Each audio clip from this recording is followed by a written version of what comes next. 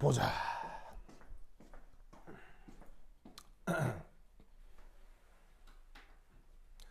저번 시간에 이제 이 문제 그러니까 초입만 말씀을 드렸죠. 그러니까 공해 물질이 뭐 그러니까 그 온실기체인 이산화탄소를 어떻게 하면 다시 이제 그 다른 그 의미가 있는 물질로 되돌려서 공해 물질로부터 경제적인 이제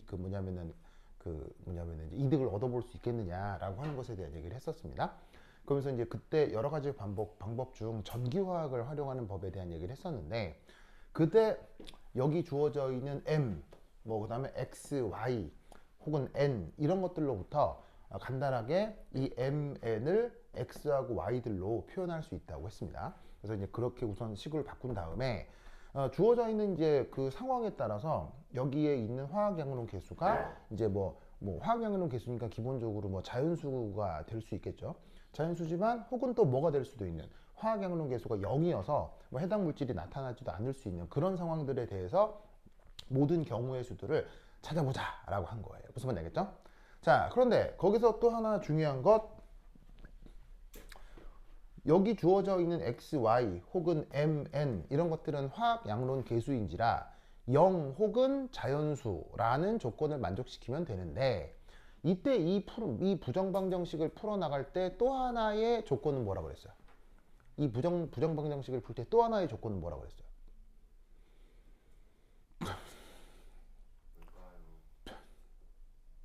뭐라고 그랬어? 혜성아. 그렇지. 만들어진 이놈이 뭘 만족해야 돼? 옥텟을 만족해야 돼.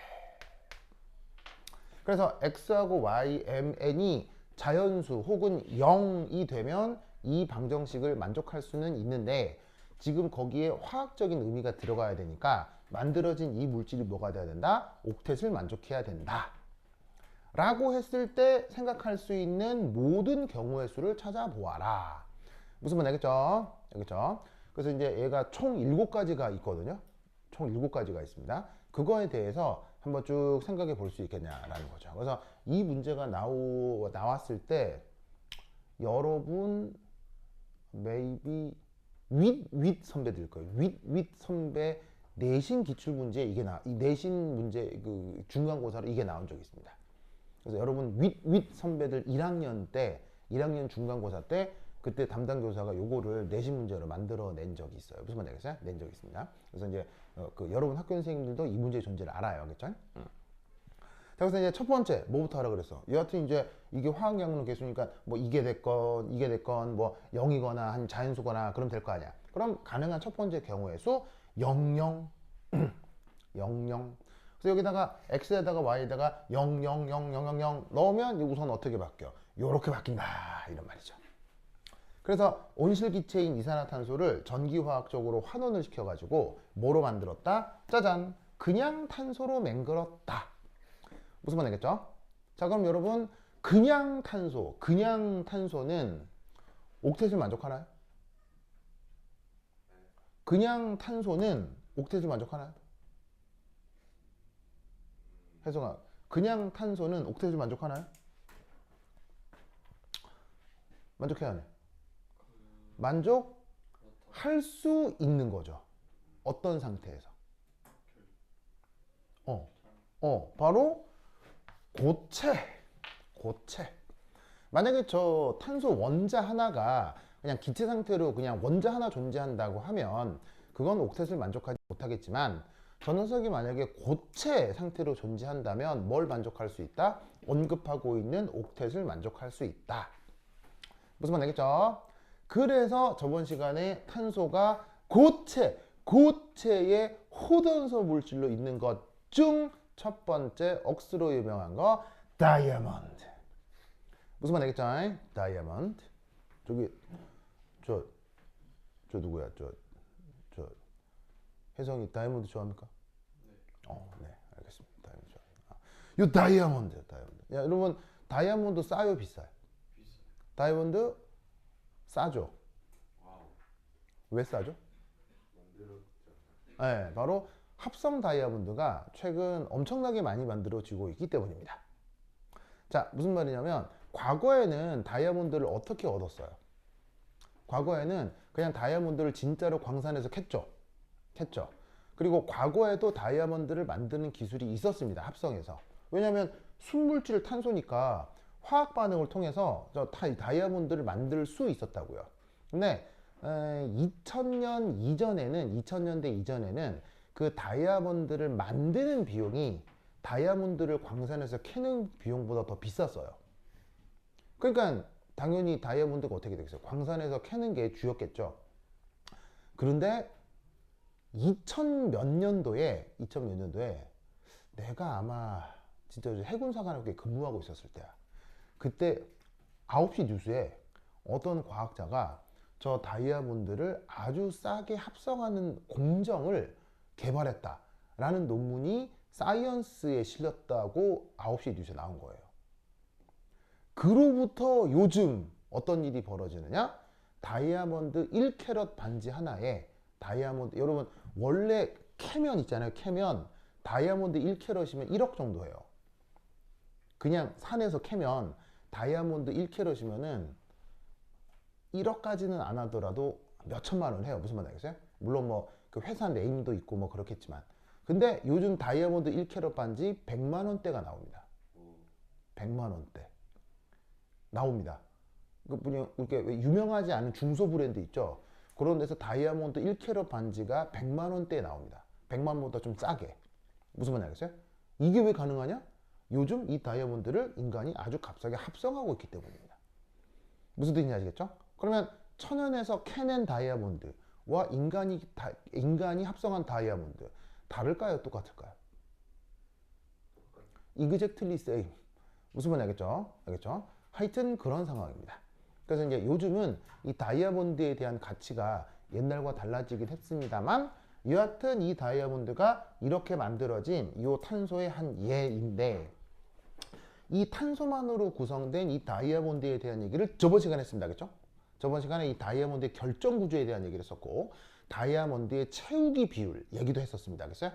그 다이아몬드에서 채우기 비율이 몇 퍼센트 나오는지 계산할 수 있어야 되겠죠? 그래서 그 채우기 비율 계산을 통해 다이아몬드는 은근히 밀도가 높은 구조다, 낮은 구조다? 다이아몬드는 상당히 가볍습니다. 그런데 강도가 강하기 때문에 물성이 좋은 거죠. 가벼운데 딱딱하기 때문에 여러 가지로 응용이 잘 되는 구조일 수 있죠. 그래서 저번 시간에 이 다이아몬드 결정 구조 얘기를 했고요. 이제 이 탄소가 고체로 존재할 수 있는 또 하나의 고체 구조, 결정 구조 중에 하나가 바로 그래파이트라고 하는 녀석입니다. 자, 그래파이트 우리말 번역은? 그래파이트 우리말 번역은? 흑연이라고 하죠. 흑연.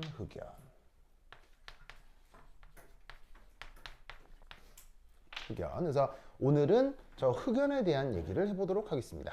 역시나 탄소만으로 구성된 거지만 다이아몬드와는 완전히 그 구조적으로도 화학적으로도 완전히 다른 녀석입니다.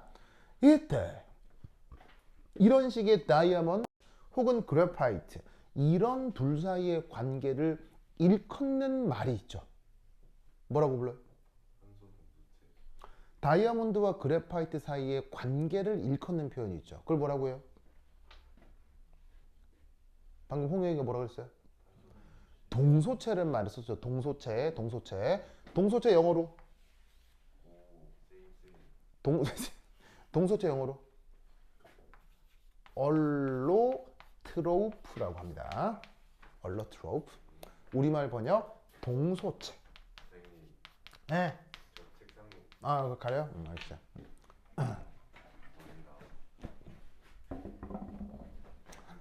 그래서 이런 녀석들의 관계를 전문용어로 뭐라고 한다? 동소체라고 합니다. 뜻은 뭐예요? 뜻은 뭐예요? 어이? 형이 안경 꼈어요? 네. 놓아놨구나. 네. 아유, 이런. 그래. 알겠습니다. 자, 동소체 뜻이 뭐예요? 바로 뭐냐면 서로 구조가 다른 뭐 구조가 다르다. 구조가 좀 다를 수 있지. 서로 구조가 다른 순물질 사이의 관계. 서로 구조가 다른 순물질들 사이의 관계. 그거를 뭐라고 부른다? 동소체, 영어 표현으로는 allotrope라고 합니다. 그래서 저번 시간에 다이아몬드, 오늘은 그래파이트 얘기를 할 건데 이 그래파이트의 구조는 입시에서 굉장히 잘 나옵니다. 왜일까요? 이거요? 이거 입시에서 잘 나옵니다. 왜일까요? 왜지? 바로 화학 원 교과서에 그림이 그대로 나오기 때문입니다. 그러면 그런 그림을 보면 교수들은 어떻게 생각한다? 아, 고등학교를 졸업하면 학생들이 요 구조에 대해서 완벽하게 다 알고 있구나 라고 교수들이 생각하기 때문에 그 그림을 보고 생각할 수 있는 모든 질문을 다 한다 이런 얘기예요. 무슨 뜻인지 아시겠죠? 그림이 나온다. 그러면 그 그림에 대한 모든 걸 알아야 됩니다. 그게 입시에서 교수들이 여러분들한테 요구하는 겁니다. 자, 그러면 이때 어떻게 되느냐? 이 그래파이트의 구조를 알기 위해 우선 첫 번째 바로 그래핀이라고 하는 녀석을 알아야 됩니다. 그래핀이 뭐죠? 그래핀이요? 그래핀이 뭡니까? 바로 뭐 여러 가지 의미로 생각할 수 있는데 얘는 그래파이트 한 층의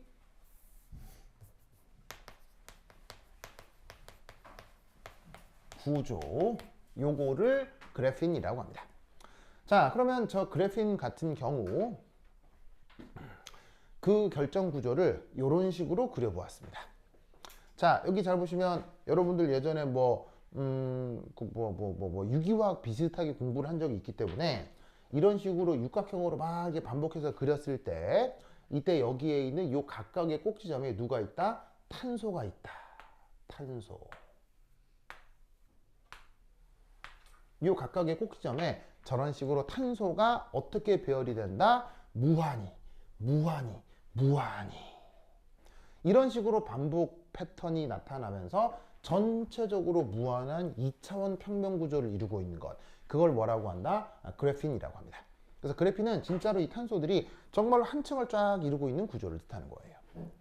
뭔 뜻인지 아시겠죠? 자, 그런데 아까 뭐라고 그랬었냐면 여기서 뭘 만족해야 된다고요? 옥텟을 만족해야 된다고요. 무슨 말인지 알겠어요? 옥텟을 만족한다. 그러면 이 그래핀에서 탄소들은 옥텟 만족하나요? 오, 만족하죠. 왜? 탄소마다 결합선이 몇 개씩 보여요? 결합선이 하나, 둘, 셋, 넷, 네 개의 결합선이 나타나죠. 모든 탄소들이 다 네 개의 결합선으로 루이스 구조를 표현할 수 있습니다. 아시겠죠? 그래서 지금 이 그래핀에서는 탄소들이 옥텟을 만족하는 게 맞고요. 이렇게 여기 주어져 있는 탄소들이 계속 쭉 반복해 나가는 겁니다. 무슨 말인지 알겠죠? 알겠죠? 그리고 이때 여기 주어져 있는 이 육각형의 보조선들은 정확한 정육각형이다 라고 생각하시면 됩니다. 정확한 정육각형입니다. 정확한 정육각형이라는 것은 무슨 뜻이에요? 이중결합이 됐건 단일결합이 됐건 구분하지 않고 결합들이 차이가 난다는 얘기입니까? 완전 동등하다는 얘기입니까? 결합이 완벽하게 동등합니다. 그걸 설명해 주는 이론이 뭐였죠? 이중결합이 됐건 단일결합이 됐건 완전히 동등하다라는 걸 설명해 주는 이론이 바로 공명이론이었죠. 그래서 공명이론으로 이중결합하고 단일결합의 위치를 번갈아 다시 표현할 수도 있기 때문에 그래핀에서 저 6개의 탄소를 중심으로 한 주변의 모든 결합은 구분되지 않고 동등합니다. 아시겠죠? 뭐 어디는 이중결합이다 단일결합이다 구분되지 않는다는 얘기죠. 뭐만 아시겠죠? 그러면 여러분은 그리고 이제 또 당연히 뭐 완벽한 정육각형이니까 각도는 또 몇 도겠습니까? 각도는 탄소 중심의 어떤 주변 결합 각도는 몇 도겠습니까? 당연히 120도겠죠. 됐죠? 120도. 그러면 여러분은 이 그래파이트의 유니셀 뭔지 아시겠어요? 유니셀? 여러분 유니셀 우리말로 뭐예요? 단위세포. 그래파이트에서 단위세포 알 수 있겠어요? 단위세포가 뭐예요? 단위세포가 뭐예요? 단위세포의 의미가 뭐예요? 단위세포의 뜻이 뭐예요? 바로 반복되는 단위죠. 반복되는 단위. 여기서 어떻게 하면 반복되는 동일한 단위를 찾을 수 있겠어요? 여러 가지 경우의 수가 있을 수 있거든요. 유니셀은 사실은 한 가지만 있는 게 아니라 유니셀은 무한 가지로 정할 수 있어요. 정할 수 있는데 여기서 가장 조그맣게 잡을 수 있는 유닛셀은 뭘까요? 육각형 각 중심마다 꼭지점을 잡아가지고 음. 작은 마름모 하나 만들고 자, 혜성아 방금 재우 얘기 들었어요? 네. 뭔데? 육각형 어. 중심을 어. 이어서 마름모 하나 어. 자, 그려볼래? 좋아요. 아니면 뭐 루시가 그리게 할까요? 괜찮은 진짜로요? 자, 루시 그려볼까요? 유닛셀? 이거 뭐냐면 이런 거 물을 수 있다니까요. 여기서 유닛셀을 그려보시오.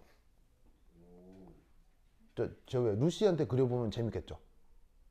그렇지. 자, 루시 한번 그려볼까요? 제 생각에는 응. 해설이 혜선이가 하는 게 좋을 것 같습니까? 그래요. 둘이 그냥 서로 서로 맞잡고 그리자고요? 분신사바 어디지? 싸우려고.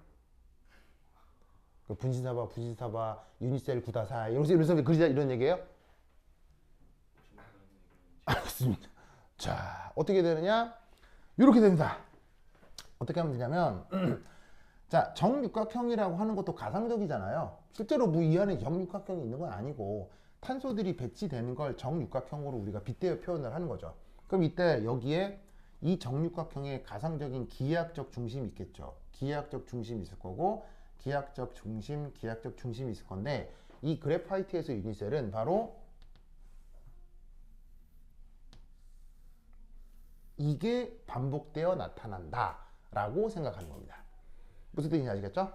그래서 이 빨간색으로 표현한 게 바로 이 그래핀에서의 유닛셀입니다. 그러면 왜 제가 유닛셀이 되느냐? 그럼 참고로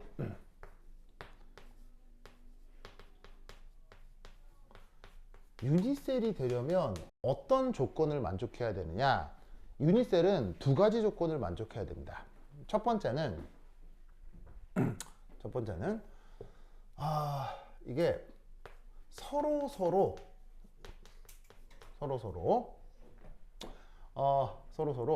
점, 선, 면 이걸 공유해야 합니다. 점선면을 공유해야 된다는 얘기는 유닛셀은 어떤 성격을 가져야 되냐면 서로 따다다다닥 붙어 있어야 된다는 얘기입니다. 아시겠죠? 점선면을 공유할 수 있게 유닛셀들끼리 딱딱딱딱 붙어 있어야 돼요. 이게 첫 번째 조건이고요. 두 번째, 유닛셀은 평행이동. 자, 그것도 오직 평행이동 만으로 뭐가 된다? 겹쳐져야 됩니다. 다른 건 안 됩니다.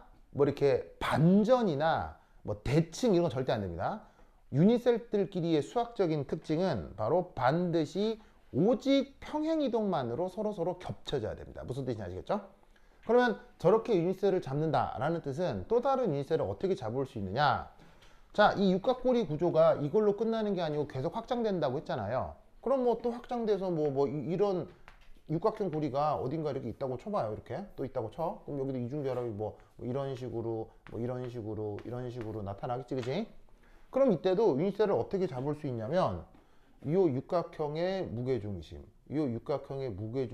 잇는 오잇 무슨 말 알겠죠? 이렇게 또 잡아주면 어떻게 되겠어요? 이 마름모꼴을 짠 평행이동하면 달라져요, 완전히 겹쳐져요. 자, 얘를 이렇게 하면 달라져요, 겹쳐져. 얘를 짠 평행이동하면 완전히 겹쳐지죠. 이때 이중결합하고 단일결합은 구분할 필요가 있어요? 구분하면 안 돼요. 여기 이중결합하고 단일결합은 구분하면 안 되죠. 왜냐면 공명구조가 나타날 테니까. 그 이중결합 단일결합은 똑같다고 두고 이 상태에서 평행이동하면은 완전히 겹쳐지죠. 그리고 요 유닛셀하고 요 유닛셀은 이 선이나 면 점을 통해서 양쪽이 서로 서로 공유를 하면서 딱딱딱 붙어 있죠. 뭔 뜻인지 아시겠죠? 이런 식으로 확장시킬 수 있기 때문에 그래핀에서 유닛셀은 이런 꼴로 보통 잡아줍니다. 무슨 말 알겠죠? 그래서 이제 뭐 국제화학 경시 대회에서 그래핀의 유닛셀을 그려봐라 뭐 이런 문제가 한번 나온 적이 있습니다. 근데 뭐 크게 어렵지 않기 때문에 이렇게 이제 판단을 할 수가 있죠. 오케이? 회전도 안 돼요. 예, 유닛셀은 회전하면 안 됩니다. 그래서 유니셀은 오직 평행 이동만으로 규정됩니다. 알겠죠? 그렇죠? 오케이, 됐다. 자, 고다. 자, 그럼 이 구조에서 A, B, C 저 탄소의 혼성 구조. 탄소의 혼성 구조. 탄소의 혼성 구조.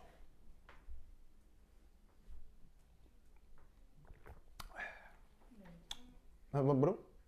반 잘라서 삼각형 인셀이 될 수 없어요. 반이라뇨? 마른 거가 음.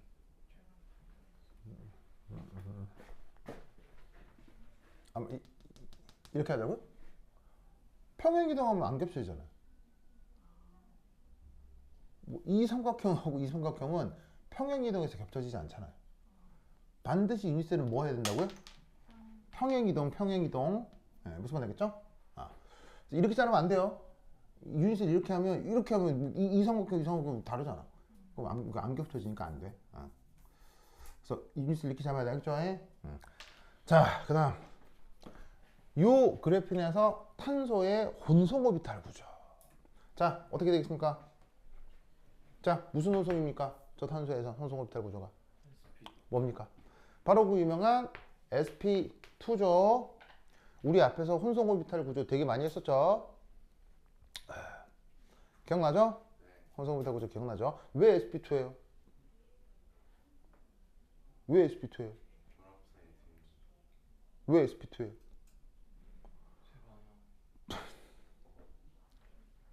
혼성은 뭐가 결정하죠? 무엇이 혼성을 결정하죠? 무엇이 혼성을 결정하죠? 혼성 오비탈을 sp a제곱 b제곱으로 표현을 했을 때 내 수식이 가물가물한데 a제곱이 코사인 세타 빼기 1의 코사인 세타였었나? 뭐 가물가물합니다만 맞는 것 같아요. 그죠? 요거 같아요. 그래서 혼성화는 뭐 결정한다? 혼성화는 뭐 결정한다? 각도 알겠어요? 이거 이런 거 했던 거 기억나요 안 나요? 기억나야지? 없어. 그때 너 있었어요. 기억이 나는 거. 그렇죠. 알겠습니다. 그래. 네, 진짜. 그래서 뭐라 그랬어? 혼성화는 뭐가 결정한다?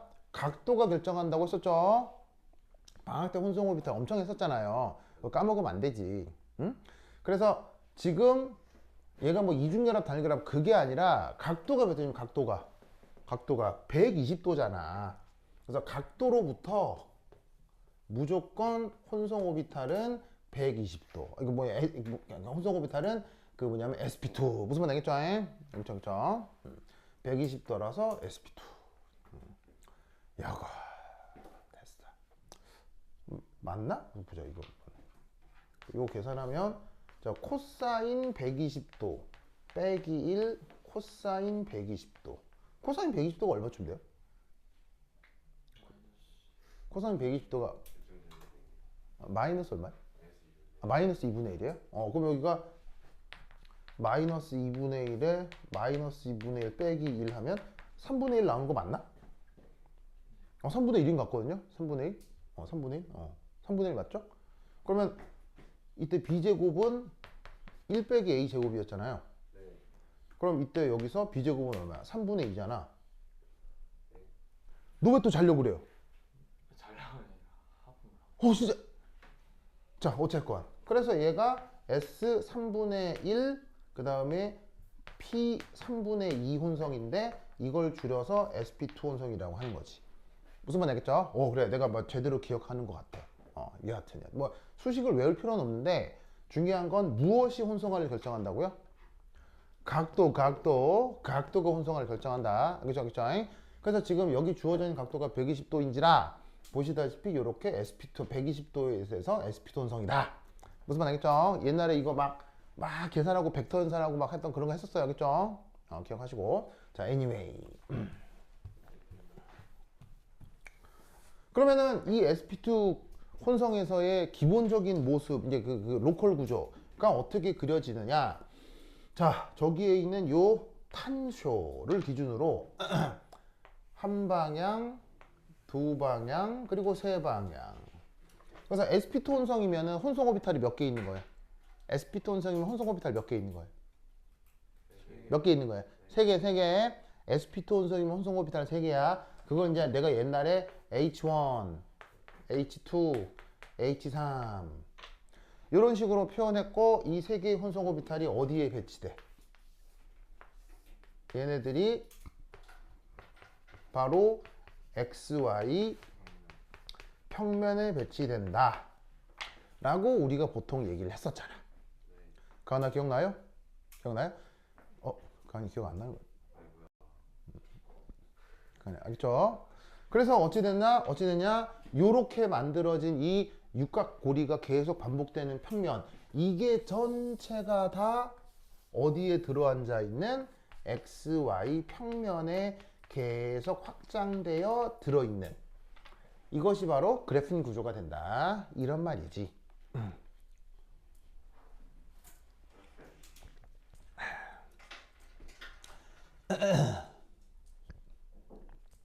뭐만 아시겠죠? 아시겠죠? 좋아.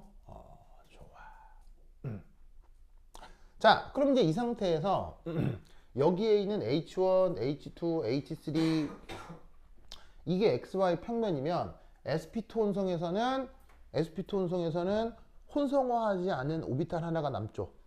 네. 그게 누구? sp2 혼성에서는 혼성화하지 않은 오비탈 하나 남죠. 뭐? 바로 이 XY 평면에 요런 식으로 수직 하게 XY 평면을 관통하는 EPZ 오비탈이 탄소에 하나 남아있다고 했었죠? 기억나요? 안 나요?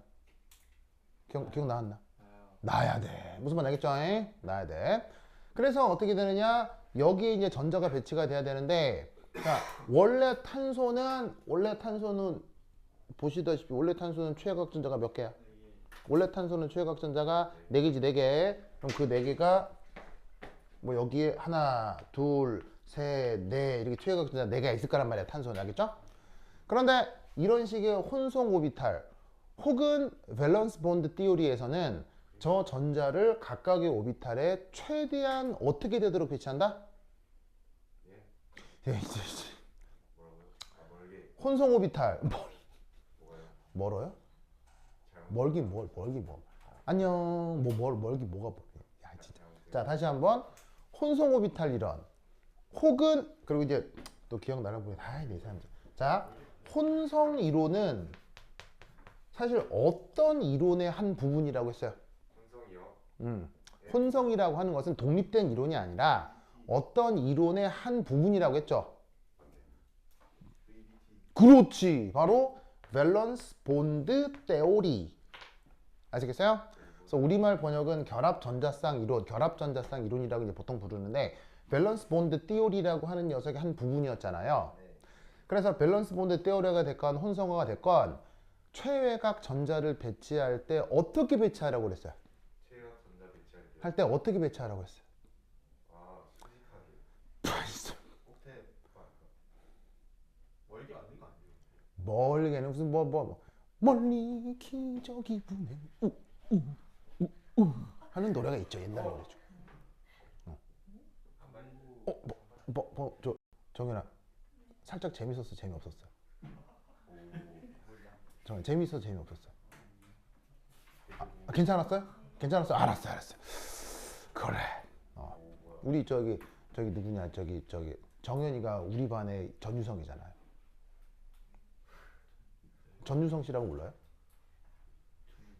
전유성 씨 몰라요? 전유성 씨가 개그 콘서트 만드신 분이에요. 얼마 전에 타계하셨죠. 원로 희극인인데 KBS 개그 콘서트를 만드신 초창기 멤버예요. 그래서 개그계에서는 엄청난 대선배신데, 그 부분이 웃음에 대한 그 웃음에 대한 한계치가 엄청 높으시거든요. 웬만한 걸로는 전혀 안 웃으세요. 그래서 얼마나 그게 대단했냐면 개그 프로 중에 전유성을 웃겨라 이런 프로그램이 있었어요. 네, 그래요. 자, 어쨌건 혼성 오비탈하고 밸런스 본드 테오리의 전자 배치할 때 어떻게 하라고요? 바로 홀전자를 최대한 배치시켜라. 이게 바로 혼성화와 밸런스 본드 테오리의 가장 중요한 특징이라고 헛지어이? 어? 아유, 네 진짜 참. 자, 어쨌건 여기 어쨌건 전자는 몇 개 있어요? 어쨌건 전자는 몇 개 있어요? 탄소는 최외각 전자가 몇 개 있어요? 4개 있잖아요. 4개. 그 4개를 여기에 어떻게 하라고요? 홀전자 최대로 배치하라 이런 말이에요. 무슨 말 알겠어요? 그 홀전자를 여기.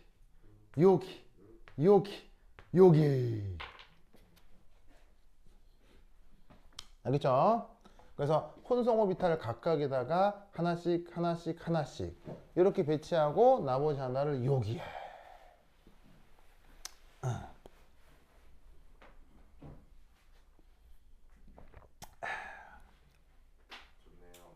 됐습니까?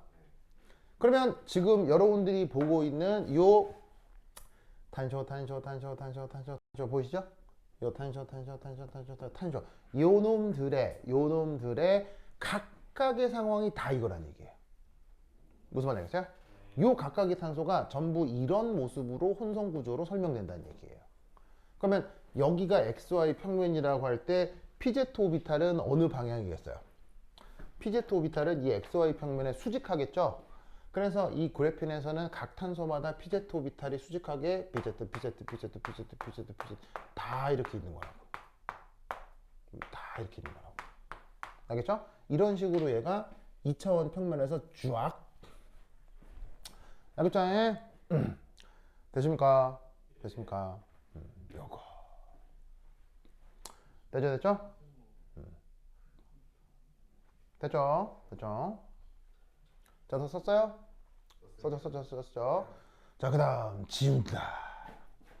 자, 여기 지울게요. 지운다. 준다. 지우자. 그래파이트. 여기서 그 다음에 A, B, C. 그래파이트 결정 오류. 유니셀 조건. 그 다음. 지운다. 줄게. 지우자. 여기다 지우자. 자, 그럼 이제 그 다음 또 살펴볼 건 이겁니다. C까지 했으니까 D.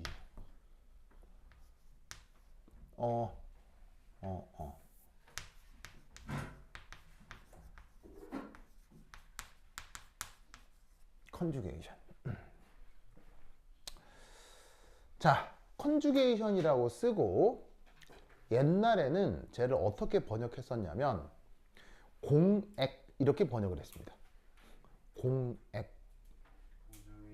네, 컨주게이션을 옛날에는 공액 이렇게 번역을 하기도 했었습니다.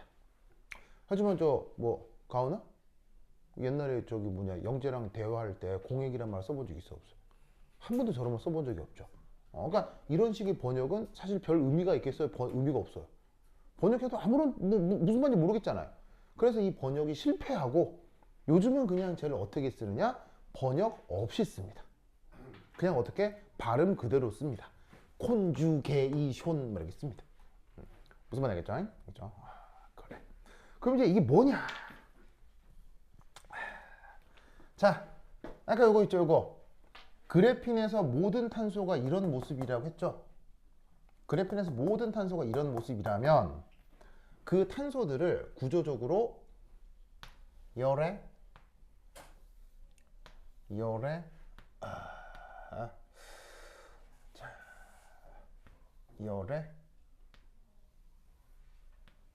아니지.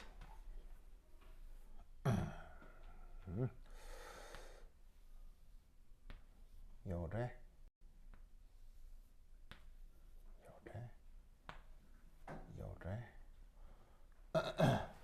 그다음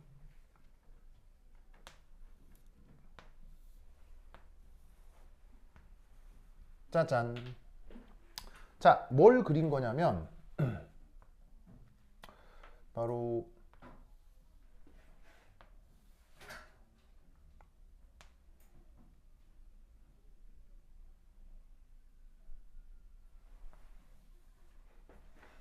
자, 그다음 됐고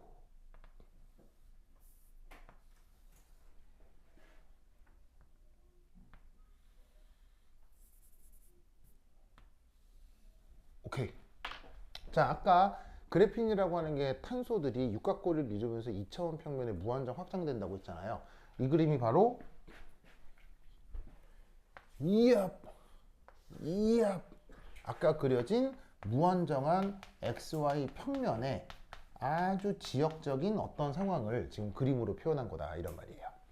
그런데 각 탄소마다 어떤 모습이 나타나야 돼요. 이런 모습이 나타나야 되거든. 이거를 요 위에다가 탁 올려 그리면 된다고. 무슨 말 되겠어요? 그러면 얘를 그대로 여기다가 탁 올려 그리면 자, 각 탄소마다 어떻게 된다는 얘기예요. 혼성 오비탈 H1, H2, H3 무슨 말 되겠죠? 그게 있고 수직한 무슨 오비탈이 있다? 수직한 PZ 오비탈 이 나타난다는 얘기죠. 아시겠죠? 알겠죠? 그리고 이런 상황은 어디서도 여기서도 나타나는 거야. 네. 그럼 여기서도 요런 식의 세 개의 혼성 오비탈이 나타나고 수직한 PZ 오비탈. 그 다음 여기서도 어떻게 되느냐? H1, H2, H3 얘 이렇게 수직한 PZ 오비탈들이 나타날 거다 이란 말이죠. 나머지 것들도 마찬가지인데 뭐 다 그렸다가 너무 정신이 없으니까 이런 정도만 표현을 할게요. 거기에 전자가 어떻게 들어가 있는 거예요? 하나, 둘, 셋, 넷 홀전자로 들어가 있는 거죠. 그렇죠? 그러면 여기서 어떻게 하면 되느냐? 이 주어진 탄소에 대해서 홀전자가 하나, 둘, 셋, 넷 이렇게 배치가 되는 거고 그 다음에 이 녀석에 대해서도 홀전자가 하나, 둘, 셋, 넷 이렇게 들어가 있는 거고 얘 입장에서도 홀전자가 하나, 둘, 셋, 넷 저렇게 들어가 있는 거다 이런 말이죠. 아시겠죠? 이럴 때 요 주어진 탄소하고 요 탄소 이 탄소와 이 탄소 사이에 이루어지는 이런 결합을 무슨 결합이라고 했었죠? 이런 걸 시그마라고 했죠. 시그마라고 했죠. 시그마 결합은 결합 전자쌍이 어디에 있는 거예요? 시그마 결합은 결합 전자쌍이 어디에 있어요? 핵과 핵 사이를 잇는 가상적인 핵간축 사이에 전자쌍이 있는 걸 시그마 결합이라고 했었죠. 그래서 이게 시그마 결합이라면 이때 이제 혼성 오비탈은 너무 정신이 없으니까 혼성 오비탈은 빼고 PZ 오비탈만 나머지 그려볼게요. PZ 오비탈만 나머지 그려보면 여기에도 8 요런 PZ 오비탈이 있을 거고 8 요런 PZ 오비탈이 있을 거고 8 요런 PZ 오비탈이 있을 거다 이런 말이죠. 아시겠죠? 그러면 이때도 마찬가지로 각 탄소들이 다 이 모습이면 PZ 오비탈에도 홀전자가 하나씩 다 있을 거 아니에요. 그러면 여기도 홀전자가 하나 있을 거고 뭐 어쨌건 하나 있을 거고 어쨌건 하나 있을 거고 뭔 말인지 알겠죠? 알겠죠? 이럴 때 바로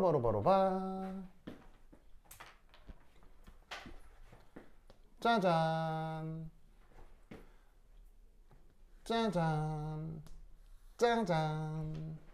지금 저 빨간색으로 그려놓은 상호작용을 뭐라고 생각하면 되겠어요? 바로 파이 결합이 된다 이런 말이죠. 무슨 뜻인지 아시겠죠? 아시겠죠? 그래서 이런 모습이 XY 평면에 무한정 반복되고 있는 그런 모습이 바로 저 그래핀의 구조다 이런 말씀이에요.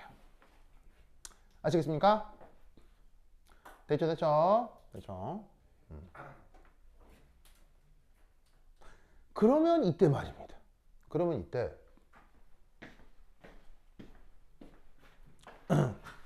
왜 여러분들 왜 초등학교 다닐 때 뭐 학습 교구 중에 뭐 그런 거 있잖아요. 뭐 그런 거 있잖아. 이렇게 뭐 응?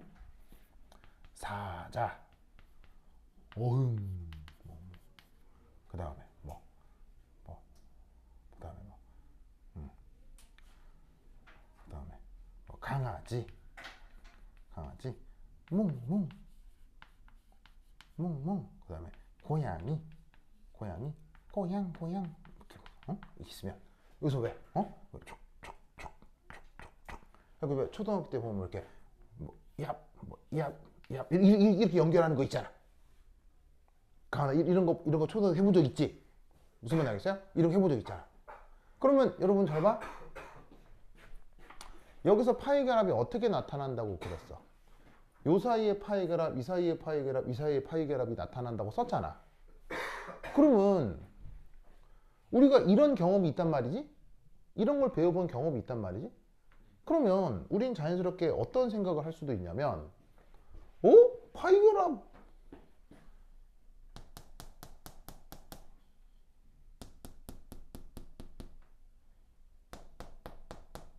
이건 어떠냐는 거지.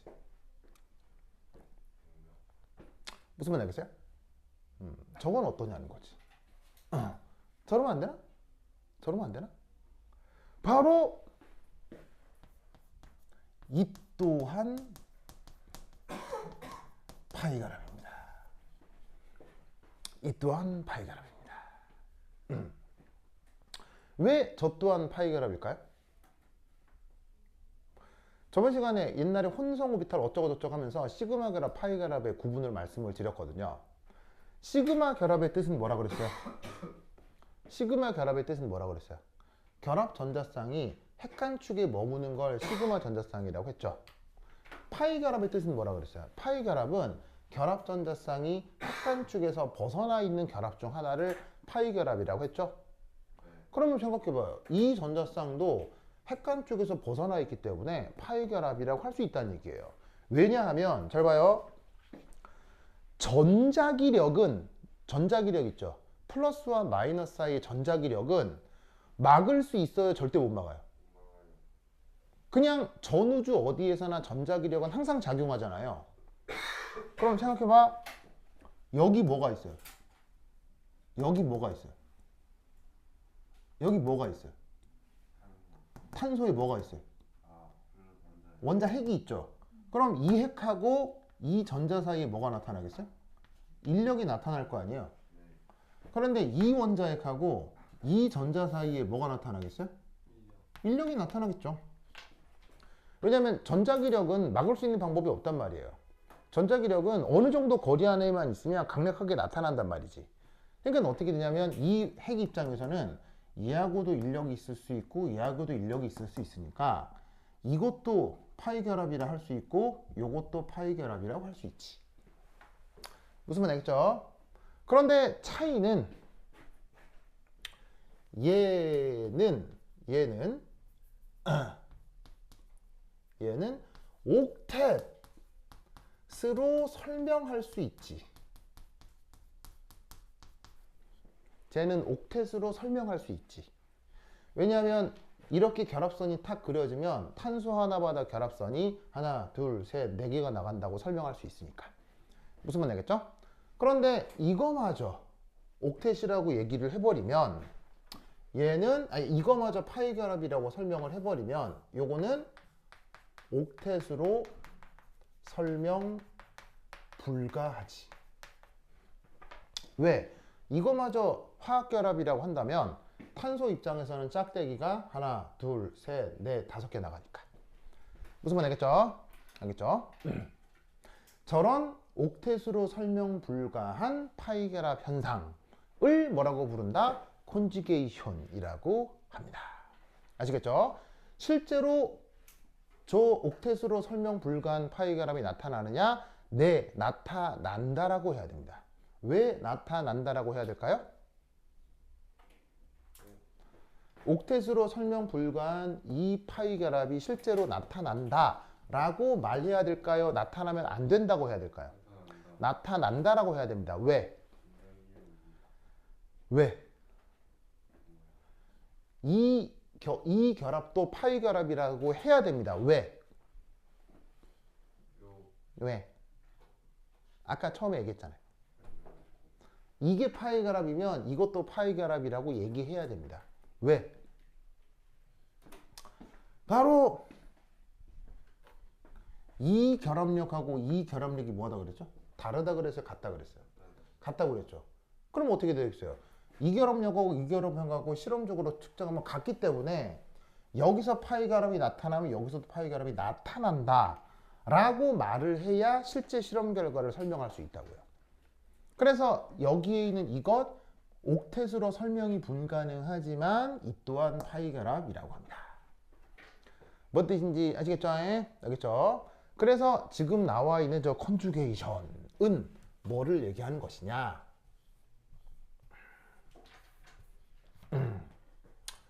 바로 파이 결합이 연속적으로 나타나는 현상을 뜻합니다. 그거를 뭐라고 부른다? 컨주게이션이라고 하고 이 컨주게이션은 옥텟으로는 설명할 수 없습니다. 알겠죠?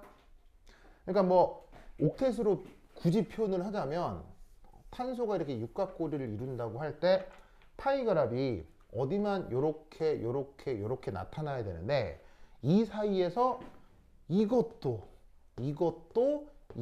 파이 결합이다 라고 나타내는 것을 바로 컨주게이션이라고 하는 거예요. 그래서 실선으로 그린 게 이게 고전적 파이 결합이라면 옥텟을 만족하는 고전적 파이 결합이라면 점선으로 나타내는 이 부분이 저 컨주게이션을 뜻한다 라고 생각하면 된다 이런 말이죠. 아시겠죠? 그래서 컨주게이션이라는 이론을 도입하게 되면 기존에 우리가 사용하던 어떤 이론을 사용하지 않아도 됩니까? 공명이라는 개념을 쓰지 않아도 된다는 얘기입니다. 무슨 뜻인지 아시겠죠? 그래서 이 컨주게이션은 공명이라는 현상의 양자역학적인 해석입니다. 알겠죠? 그래서 다시 한번 말씀드리면 얘는 공명. 자, 공명은 영어로 뭐라고 해요? 공명은 영어로 뭐라고 해요? 레조넌스죠. 의 양자역학적 해석입니다.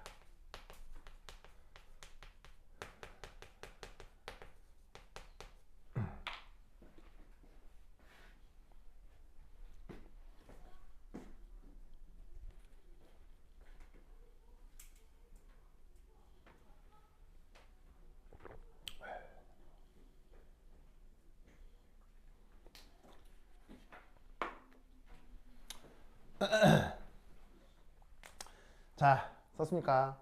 썼죠. 너무 많이 했나? 이거 누구야 또? 동형스와 재성스. 좋네요. 찬비도 동형이하고 재성이 알아요? 알아요. 알겠습니다. 고마워요. 그래? 알겠어요. 자, 어쨌건. 자, 얘기 하나만 더 하고 쉬었다 하겠습니다. 자, 여기 지울게요. 여기 지울게요. 지운다. 제가 지운다.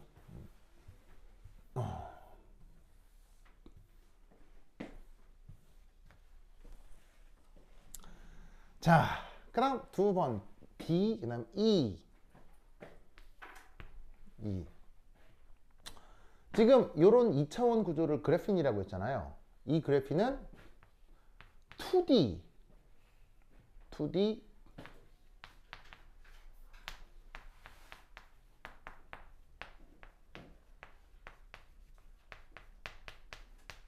짜잔 일렉트릭 컨덕티브 합니다. 자, 일렉트릭 컨덕티브 우리말 번역은? 일렉트릭 컨덕티브 우리말 번역은? 일렉트릭 컨덕티브 우리말 번역? 바로 전기 전도성이에요. 전기 전도성. 자, 봅시다. 여러분 그냥 보통 우리가 탄소라고 하면요. 탄소라고 하면 얘는 보통 우리가 금속이라 그래요? 비금속이라 그래요? 주기율표상에서. 그냥 탄소 이렇게 하면 그냥 보통 금속을 탄소로 취급해요? 비금속으로 취급해요? 비금속이잖아요. 탄소가 비금속이지 뭐. 탄소가 뭐 철, 뭐 아연, 망간 이런 것 같지는 않잖아. 탄소를 우리가 비금속으로 보통 주기율표상에서 분류를 하잖아요. 그런데 전기 전도성이 나타난다. 무슨 말이겠어요? 금속과 같다는 얘기예요. 금속처럼 전기가 짝짝 잘 통합니다. 누가? 이 그래핀이. 저번 시간에 얘기했던 다이아몬드는 전기가 통할까요? 안 통할까요? 다이아몬드는 전기가 통할까요? 안 통할까요? 다이아몬드는 완벽한 부도체입니다. 아시겠죠? 이 다이아몬드는 저번 시간에 얘기했던 다이아몬드는 얘는 완전 부도체입니다.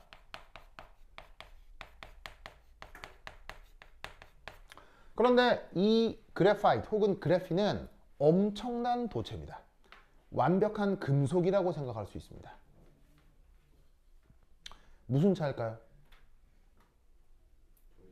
네.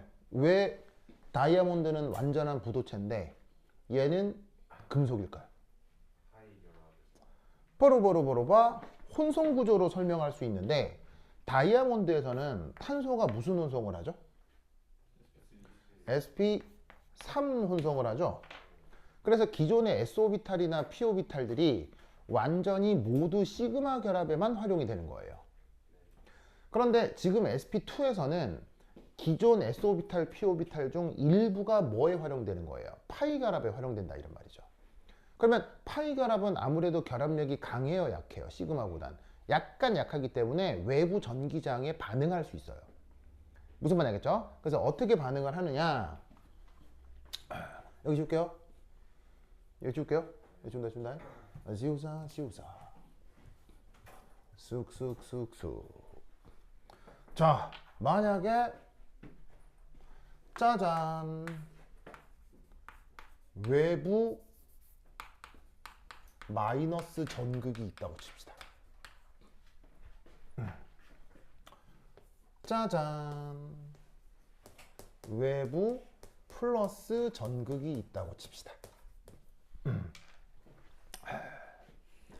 자, 외부 마이너스 극의 역할은 뭐죠? 외부 마이너스 극의 역할은 뭐죠? 그러니까 외부 마이너스 극, 외부 플러스 극이라고 하는 게 우리 뭐 집에 가면 저 콘센트 있죠, 콘센트. 저 콘센트 구멍 저거 얘기하는 거예요. 저기 뭐 우리가 뭐 쿡 꽂으면은 저기서 뭐가 줄줄 나오잖아요. 그 줄줄 나오는 게 뭐냐고요? 자유전자. 무슨 말 알겠어요? 자유전자. 물론 뭐 교류라서 이렇게 뭐 나왔다 들어갔다 이렇게 하겠지만 기본적으로 저기서 나오는 게 전기 에너지, 기본적으로 자유전자가 들락날락 하는 거라 이런 말이지. 무슨 말인지 알겠죠? 그러니까 외부 마이너스 전극의 의미는 바로 짜잔 요런 식의 자유전자 이놈을 강제적으로 공급하는 거예요. 강제적으로 공급하는 거예요. 그리고 외부 플러스 극의 효용은 뭐예요? 외부 플러스 극의 효용은 이 녀석은 바로 얘는 강제적으로 전자를 회수하는 것이 플러스 극의 역할이겠죠. 그러면 어떤 일이 벌어지느냐? 요 외부에서 자유전자가 강제적으로 이압 제공이 됩니다. 이압 제공이 됩니다. 그럼 이 전자가 어디로 들어가겠어요? 여기에 있는 이 전자가 어디로 들어가냐면 잘 봐요. 이 전자는 잘 보세요. 이 전자는 여기에 있는 시그마 결합 오비탈에 들어갈 수 있어요? 못 들어가요? 얘는 시그마 결합 오비탈에 들어가요? 못 들어가요? 못 들어갑니다. 왜? 얘가 이 안으로 전자가 들어갈 수 있느냐 못 들어가느냐 못 들어갑니다. 왜 시그마 결합으로는 이 전자가 못 들어가죠? 왜 이 전자가 왜 시그마 결합으로는 못 들어갑니까? 시그마 결합을 이루고 있는 전자에는 얘가 들어갈 수가 없습니다. 혹은 들어가기 위해서는 너무 고에너지가 필요합니다. 왜? 바로 파울리의 베타 원리를 만족할 수 없기 때문입니다. 파울리의 베타 원리가 뭐예요? 한 오비탈에는 최대 전자가 몇 개까지? 두 개까지. 무슨 말인지 알겠어요? 그런데 이미 얘는 결합 전자쌍이 전자가 몇 개가 있어요? 두 개가 있기 때문에 이 결합 분자궤도 오비탈에 전자가 또 들어갈 수 없다는 얘기입니다. 무슨 말인지 알겠어요? 결합을 이루는 본딩 오비탈이 있을 거 아니에요. 뭐 그걸 지금 그려놓진 않았지만 결합을 이루고 있는 본딩 오비탈에 전자가 이미 몇 개에 채워져 있어요. 전자가 몇 개 채워져 있어요. 결합에는 시그마 결합에는 두 개 채워져 있기 때문에 한 오비탈에 전자가 최대 몇 개까지 들어가요? 두 개까지 들어가죠. 그걸 무슨 원리라고 해요? 파울리의 베타 원리라고 한다고요. 그러니까 여기에는 외부 전자를 쏴줘도 절대 안 들어간다고. 아시겠어요? 굳이 넣을 수 있다면 그때는 반결합 오비탈에 전자가 들어갈 수 있거든요. 근데 반결합 오비탈에 전자를 채워 넣는 건 엄청난 고에너지가 필요한 거예요. 그래서 그거는 보통의 전압 조건에서는 잘 이루어지지 않는다고. 그러면 어떻게 되겠어요? 얘는 어디로 들어가겠어요? 여기 들어갈 수 있지. 여기 요렇게. 왜? 한 오비탈에는 전자가 몇 개 있으니까. 한 오비탈에는 전자가 몇 개 들어갈 수 있으니까. 두 개까지 들어갈 수 있으니까 여기는 들어갈 수 있다고. 근데 들어가면 이 둘 사이에 뭐가 생기겠어요? 둘 사이에 청력이 생기겠죠. 그래서 이 기존 전자가 튀어가는 거예요. 다른 쪽으로. 무슨 말인지 알겠어요? 그럼 얘가 또 여기 채워지겠죠? 그럼 그 덕에 얘가 어떻게 되겠어요? 반대쪽으로 또 튀어 들어가는 거예요. 그럼 얘가 어떻게 되겠어요? 얘가 또 이쪽으로 청력에서 튕겨나가겠죠? 그럼 얘가 마지막으로 어떻게 되겠어요? 외부 플러스 전극으로 이동을 하는 거예요. 무슨 뜻인지 아시겠죠? 이게 어디서 나타난다? 2차원 평면 전체에서 나타난다고요. 그래서 그래핀이라고 하는 애는 전기 전도성이 굉장히 좋아서 그냥 금속이라고 생각하면 돼요. 무슨 말이야? 그냥 금속이라고 생각하면 된다고. 그래서 흑연 전극은 어디서 많이 활용됩니까? 그래서 흑연 전극은 어떤 걸로 많이 활용돼요? 바로 전기화학에서 극판으로 활용된다고요. 그래서 여러분 건전지 뜯어본 적 있는 사람? 건전지 뜯어본 적 있는 사람? 아 그럴 것 같아. 탄소형 써봤어요. 뭐라고? 써봤어요. 써보다니? 탄소 전극 탄소 전구를 써본 적 있냐고요? 있어요. 아 나는 전기화학 전공이 아닙니다. 전기화학 전공이 아니라 나는 무기화학 전공이라 탄소를 가지고 이렇게 뭐 화학 반응하는 건 주로 했고 전기화학 전공하는 애들은 주로 쓰죠. 그래서 건전지를 뜯어서 본 적은 있습니다. 뜯어봐야지 좀. 아 진짜. 여러분 있잖아요. 세상이 발전하면 인간의 기술과 능력이 발전할까요? 절대 그렇지 않습니다. 여러분 있잖아요. 자동차 수리하는 기계공들 있잖아요. 자동차 수리하는 기계공들 우리나라나 뭐 미국이나 유럽 같은 이런 선진화된 사회에서 자동차 수리공들의 실력하고요. 남아메리카 산골 그 시골에 있는 그 자동차 수리공들의 실력 어디가 더 좋게요? 그 물자가 부족한 쪽에 있는 기술자들의 실력이 어마어마합니다. 왜? 없는 거에서 만들어야 되니까. 네. 그 사람들은 자동차 고장나서 갖고 오잖아요? 그럼 부품이 깨져서 없죠? 그럼 거기 수리공들은 어떻게 하는 줄 아세요? 뚝딱뚝딱 부품을 만듭니다. 왜? 물자가 귀하니까. 그래서 그쪽 수리공들은 하나하나 다 뜯어가지고 볼트 너트를 만들어서 자동차를 수리합니다. 그래서 이게 문명이 발전하고 물자가 풍부할수록 사람의 실력이 는다? 절대 아니에요. 우리 주변에 물건이 너무 흔하기 때문에 우리는 물건들을 소중하지 않게 여기는데 물건 하나하나에도 어떤 원리가 있는지 생각할 필요가 있다 이런 얘기죠. 어쨌건 건전지 뜯으면 그 안에 뭐 나와요? 건전지 뜯으면 그 안에 시커먼 연필심이 하나 들어있다고요. 건전지 뜯으면요 그 안에 시꺼먼 연필심이 하나 나와요. 실제로 그 빼가지고 종이에 쓰면 써진다고. 물론 필기하면 좋은 건 아닌데 아니지만 써진다고요. 바로 전기화학에서 예를 들면 구리전극, 뭐 백금전극처럼 탄소도 전극으로 쓸 수 있다고요. 뭐 하기 때문에? 전기 전도성이 크게 나타나기 때문에. 무슨 말인지 알겠죠? 더더군다나 이런 아까 그렸던 이 그래피는 뭐가 나타난다? 2차원 전기 전도성이 나타나는 아주 특수한 구조라 이런 얘기예요. 무슨 말씀인지 아시겠죠? 그렇죠? 이런 식으로 이 그래핀의 구조를 꼭 기억을 해두시라 이런 말이죠. 오케이, 됐다. 그러면 한 10분 쉬었다 하도록 하겠습니다. 화장실 갔다 오세요.